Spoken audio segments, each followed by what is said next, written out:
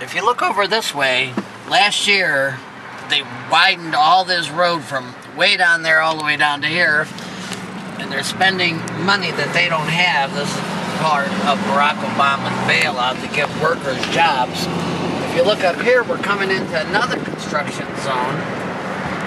One thing for sure is you don't see any workers, but we're spending monies to widen this intersection here. We don't even have.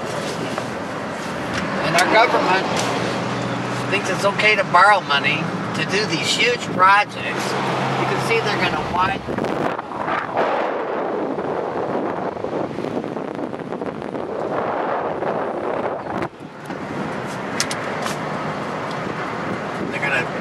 Widen it there too.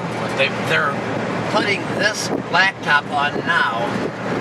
They didn't even finish the center line. And, like I say, our government is spending a lot of money that we don't